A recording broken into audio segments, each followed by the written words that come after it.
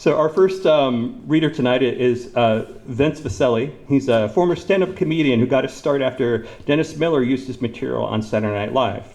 He went on to work with Ellen DeGeneres, Ron White, Kathleen Madigan, and Joe Rogan, among others.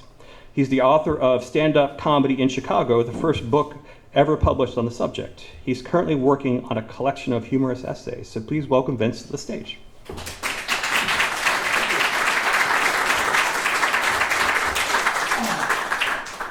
Going first, the pressure's on. Thanks everybody for coming out, and thanks for you guys for the selection committee for selecting my piece. It's on a book I'm working on called It Left Here Funny, 17 humorous essays that'll make you change, 17 humorous essays that'll make you think differently about 2 of them. This piece is called The Best Laid Plans to Rest. I'm of the age now, late 50s, when it's okay to start thinking about funeral arrangements. Health-wise, I'm in good shape, but life being what it is, you never know. I was reminded of this the other day after seeing a funeral procession in my neighborhood. It was one of those drive-by deals where the mourners passed the deceased house. First time I ever saw one was after our neighbor Mr. Shuley died. I was 8. I don't recall why my parents skipped the funeral, but when I saw Mr. Shuley's procession drive by the house, I asked my dad what it means.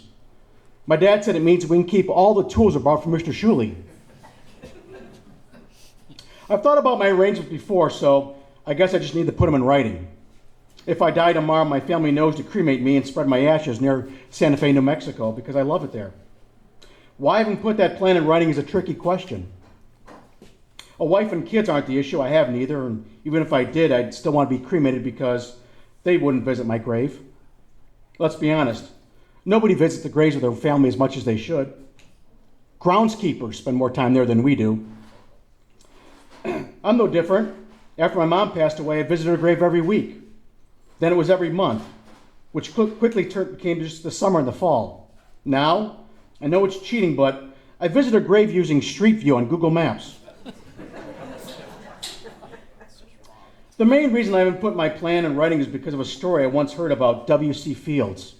A vaudeville comedian turned movie star was known as a womanizer, drinker, gambler, and all-around curmudgeon. Hospitalized in his final days, Fields seemed concerned about how he'd be viewed on Judgment Day because when a friend visited, Fields was lying in bed, reading the Bible. "What are you doing?" the friend asked. "Looking for loopholes," replied Fields.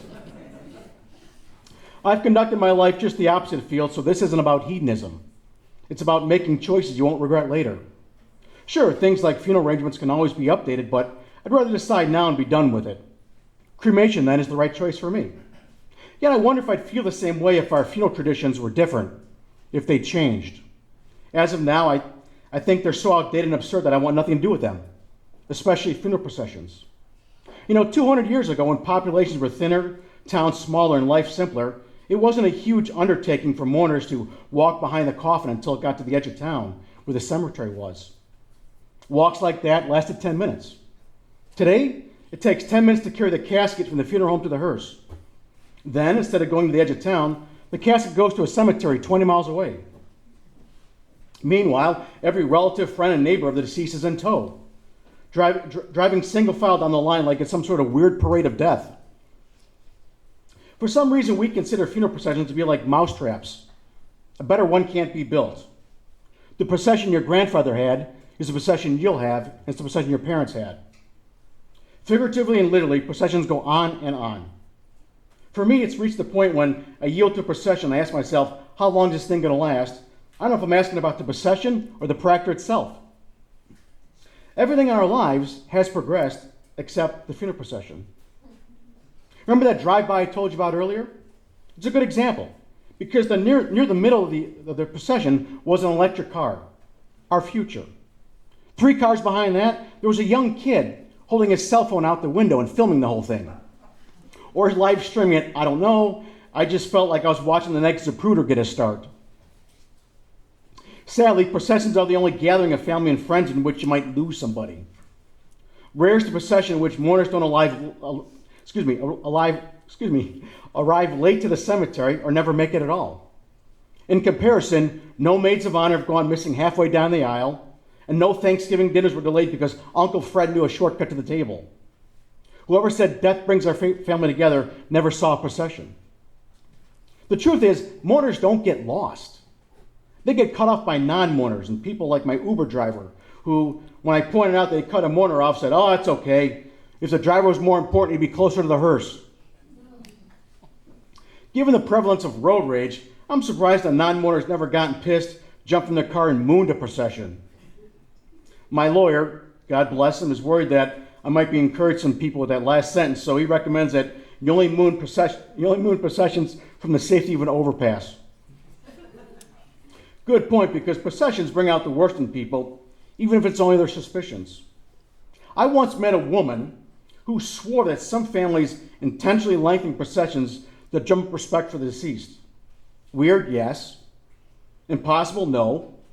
Only in our selfless culture are people vain enough to stretch out a funeral procession. The mistake most people make when picturing their procession is how long it's going to be instead of the condition of the cars that are going to be in it. They just assume every vehicle is going to be perfect, going to be immaculate. You know? It looked like the procession if it looked like one of those things like the Carvana Tower just tipped over. What's the truth, though? You know what processions look like. Some cars got front end damage. Tires don't match. A loud muffler, no muffler. One working brake light. Homemade sunroof. A hot dog bun under the seat from the first Bush administration. Food wrappers from the second. And rims that cost more than Donald Trump's ballroom. Basically, their procession is going to look like a freight train that's been tagged. My favorite procession are the ones in which the cars have bumper stickers.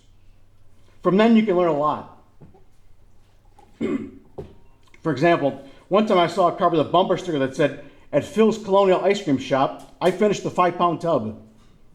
Suspiciously, it was the last car in a very long procession, as if the whole reason for the funeral was because someone had dared their friend to eat a tub of moose tracks and the friend failed.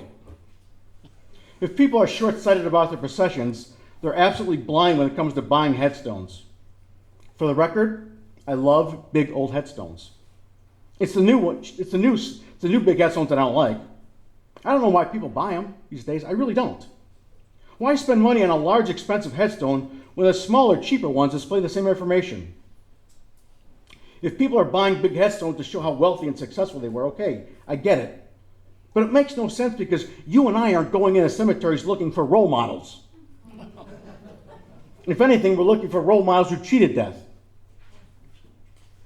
As for the small headstones, I'm not fond of them either. Too many downsides. You wouldn't guess it, but sometimes when fancy letters are etched into granite, the final result looks less like a headstone and more like Fred Flintstone's resume. Excuse me, I need some water. It's dry up here.